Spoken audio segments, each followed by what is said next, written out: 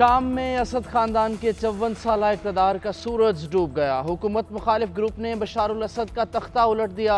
दारुल हुकूमत में दाखिल हो गए सदर बशारुल असद मुल्क से फ़रार। रूस ने इंसानी हमदर्दी के तहत सियासी पनाह दे दी। रूसी मीडिया की मॉस्को हुकाम की जानिब से तस्दीक, उनकी गुमशुदगी से मुताल्लिक मुतज़ाद इतलात गर्दिश कर रही थी। हुकूमत मुखालिफ फोर्सेस की ईरानी सफारत खाने पर भी फायरिंग, इमारत को शदीद नुकसान पहुँचाया। दमिश्क की मरकजी शाहराह पर अवाम का जश्न, आज़ादी के नारे। हुकूमत मुखालिफ फोर्सेस ने दमिश्क का मुकम्मल कंट्रोल संभाल लिया। सेंट्रल जेल से 3500 कैदियों को रिहा कर दिया। हमा में सदर के वालिद हाफिजुल असद का मुजस्समा गिरा दिया। शहरी सदारती महल में दाखिल हो गए, खूब लूट मार की। मरकजी बैंक का भी सफाया। एक हफ्ते से हयात तहरीरुल शाम और शामी फ़ौज के दरमियान लड़ाई जारी थी। अमरीकी मीडिया के मुताबिक शामी फ़ौजियों की अक्सरियत मुल्क छोड़कर इराक भाग गई। शाम के वज़ीर आज़म का हुकूमत मुखालिफ ग्रुप के साथ हर मुमकिन ताउन का ऐलान। गाजी अल जलाली कहते हैं, दमिश्क में अपने घर पर मौजूद हूँ, कहीं जाने का इरादा नहीं। सरकारी इदारे काम करते रहेंगे, शहरी अवामी अमला की हिफाजत करें। सबसे दरख्वास्त है मुल्क के बारे में सोचें। हम अपना हाथ अपोजिशन की तरफ बढ़ाते हैं। उधर अमरीकी मीडिया के मुताबिक शाम के सदर बशारुल असद ने मुल्क छोड़कर इक़्तिदार की पुरअमन मुंतकली के अहकामात जारी कर दिए। रूसी वज़ारत ख़ारजा की बशारुल असद के बयान की तस्दीक।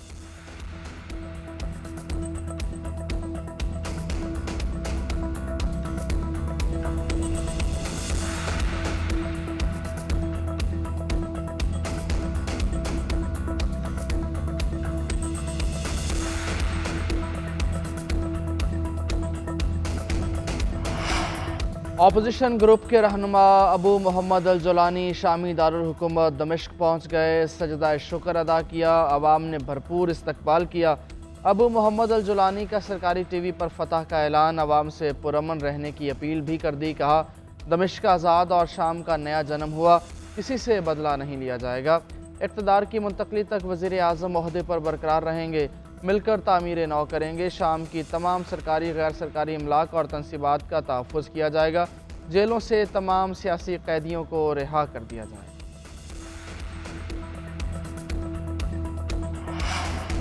पाकिस्तान की शाम में बदलती सूरत हाल पर गहरी नज़र। शाम के इत्तेहाद और इलाकाई सालमियत का साथ देने का ऐलान। तर्जुमान वज़ारत ख़ारजा की तरफ से जारी बयान में कहा गया, पाकिस्तानी शहरी शाम में महफूज हैं। सिफारत खाना ज़ायरीन समेत फंसे हुए तमाम पाकिस्तानियों से राब्ते में है। नायब वज़ीर आज़म इसहाक़ डार का भी तुर्क वज़ीर ख़ारजा से टेलीफोनिक राब्ता। पाकिस्तानी शहरियों की हिफाजत के लिए ताउन पर तबादला ख्याल किया।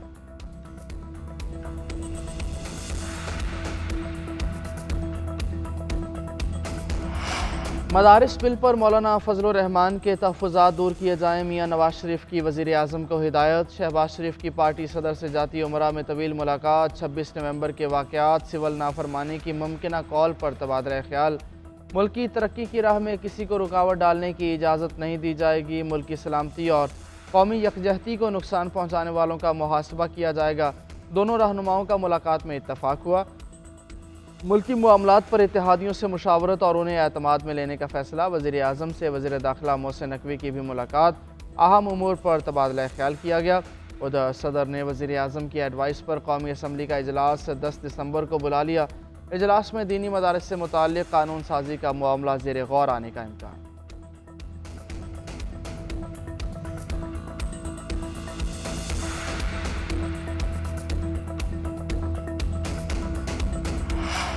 मौलाना फजलुर रहमान की हुकूमत को दी गई डेडलाइन ख़त्म। कहा, इस्लामाबाद की तरफ मार्च की कॉल देनी पड़ी तो देंगे। तमाम इत्तेहादी मदारिस का इजलास होगा। 16 या 17 दिसंबर को मुत्तफ़िक़ा लाहे अमल देंगे। हम इस्लामाबाद की तरफ मार्च करेंगे तो आप रोक नहीं सकेंगे। दोनों ऐवानों ने बिल मंजूर किया, सदर की निगरानी में किया। आपने तमाम बिल्स पर दस्तखत किए, इस पर क्यों नहीं किए? ये बदनीयती और धोखा है या नहीं? पेशावर में इसराइल मुर्दाबाद कॉन्फ्रेंस से खिताब में कहा, 26वीं तरमीम के असल मुसव्वदे में मुल्क की बर्बादी का बारूद भरा हुआ था। पहला मुसव्वदा मंजूर हो जाता तो मुल्क बचता, न बाकी इदारे। मौजूदा हुकूमतें आवाम की नहीं।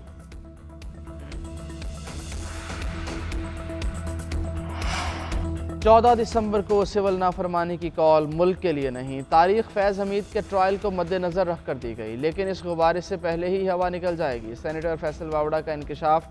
मीडिया से गुफ्तगू में दावा किया इस्टेब्लिशमेंट कोई सौदा कर रही है, ना ही राबता, काम सियासी जमातें करेंगी। बानी PTI की जान उनकी बेगम और हवारियों से बचानी है, उन्हें मज़ीद बदतरीन जगह ले जाया जा रहा है। PTI के सुलझे हुए लोग अपनी समत दुरुस्त कर लें, मुल्क रोज़ रोज़ धरनों का मुतहम्मिल नहीं हो सकता।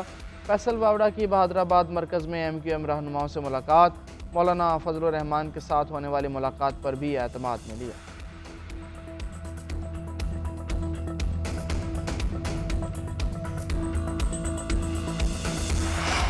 बानी PTI ने मुज़ाकरात के लिए कमेटी बना दी, बुशरा बीबी शामिल नहीं, जिसने भी बात करनी है उस कमेटी से करे। अपोजिशन लीडर उमर अयूब की पेशावर में प्रेस कॉन्फ्रेंस, कहा शहबाज शरीफ का माइंड सेट हिटलर और पुरानी फिल्मों जैसा है, वो लिबास भी हिटलर जैसा पहनते हैं। बानी की हिदायत पर 13 दिसंबर को पेशावर में जरगा और शहदा के लिए दुआ करेंगे।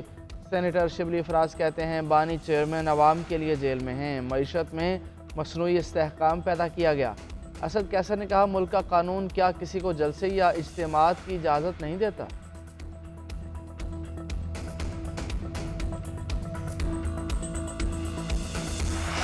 सिविल नाफरमानी की कॉल मुज़हिका खेज़ और शर्मनाक करार, वज़ीर इत्तलात अताउल्लाह तारड़ PTI पर बरस पड़े। मीडिया से गुफ्तगू में कहा सिविल नाफरमानी और तशद्दुद की सियासत को अवाम रद्द कर चुके। सिविल नाफरमानी का ऐलान करने वाले खुद बचपन से नाफरमान हैं। लोगों को सिविल नाफरमानी से गर्ज नहीं, झूठे नारे लगाने वाले दुम दबाकर भाग जाते हैं। इनका आखिरी कार्ड प्रोडक्ट बाइकॉट है।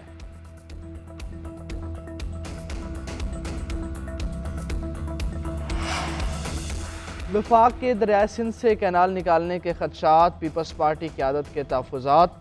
पीपल्स पार्टी की कमेटी आज हुकूमती कमेटी से मिलेगी, बिलावल भुट्टो जरदारी की ज़ेर सदारत। पीपल्स पार्टी कमेटी बराए कौमी इशूज़ का वर्चुअल इजलास, अहम मुल्की मामलात पर भी तबादला ख्याल किया गया।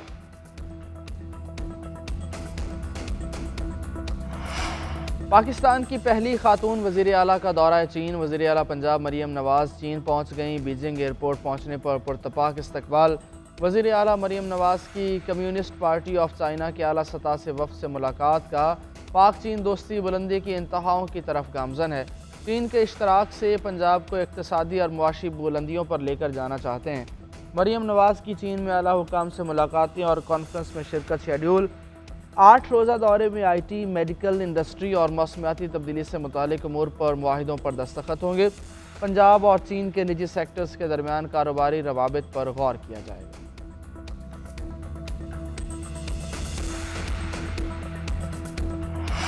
जिम्बाब्वे को चित करने के बाद जनूबी अफ्रीका को हराने का मिशन, कौमी टीम के डरबन में डेरे, खिलाड़ियों का भरपूर प्रैक्टिस सेशन, बैटिंग, बॉलिंग और फील्डिंग की मशकें।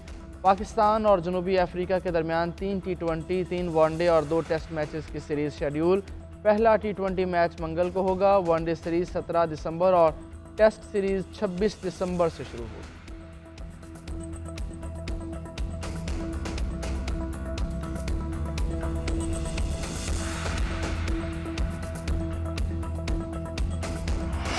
कराची में आलमी उर्दू कॉन्फ्रेंस इल्म और अदब के मोती बिखेर कर इख्तिताम पजीर। आखिरी रोज़ उर्दू फिक्शन समेत दीगर मौज़ूआत पर सेशन हुए। 7 किताबों की रोनुमाई। अदाकारा बुशरा अंसारी ने पंजाबी, सिंधी और पश्तो गाने गाकर मेला लूट लिया। MQM रहनुमा खालिद मकबूल सिद्दीकी और गवर्नर सिंध कामरान टिसोरी की भी शिरकत।